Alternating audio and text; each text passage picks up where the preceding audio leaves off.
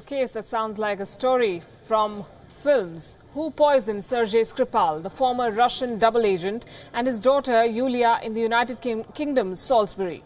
That's the question many around the world are now asking, and British investigators are leaving no stone unturned to get to the root of this mystery, even if it involves blaming Russia and risking bilateral ties in this process.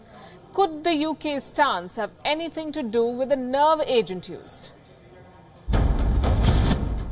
Trust between Russia and the United Kingdom seems to be running short on supply. After facing mounting pressure to take action in the poisoning of former Russian spy Sergei Skripal and his daughter, the British Prime Minister has spoken up. While addressing Parliament, Theresa May said it was highly likely that Moscow was responsible for the poisoning.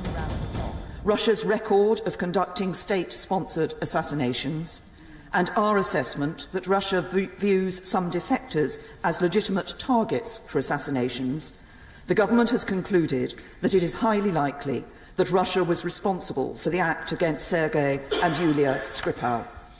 Either this was a direct act by the Russian state against our country, or the Russian government lost control of its potentially catastrophically damaging nerve agent and allowed it to get into the hands of others.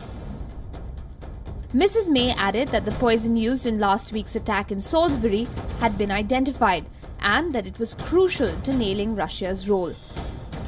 It is now clear that Mr. Skripal and his daughter were poisoned with a military-grade nerve agent of a type developed by Russia. This is part of a group of nerve agents known as Novichok. Based on the positive identification of this chemical agent by world-leading experts at the Defence Science and Technology Laboratory at Porton Down, our knowledge that Russia has previously produced this agent and would still be capable of doing so. The Soviet-era chemical Novichok has been described as the deadliest ever made.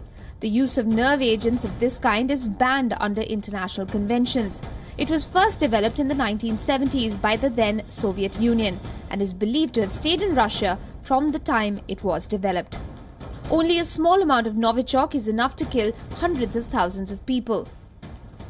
The United Kingdom summoned the Russian ambassador to London for an explanation on the incident, failing which it said it would conclude that this action amounts to an unlawful use of force by the Russian state against the United Kingdom. However, Russia's Foreign Minister Sergei Lavrov hit back at the UK. In accordance with the Chemical Weapons Convention, Britain was obligated to do the following.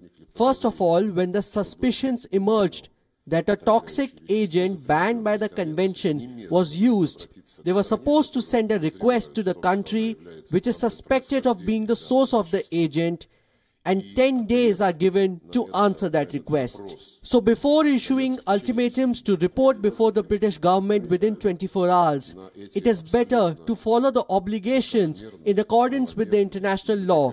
In this case, it is the Chemical Weapons Convention. And in general, speaking about manners, it is necessary to remember that the era of colonialism is a thing of the past.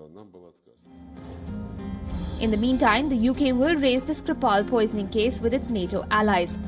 Although the bloc's Secretary-General Jens Stoltenberg has already termed the incident horrendous and completely unacceptable. The United States has issued a statement in solidarity with the United Kingdom.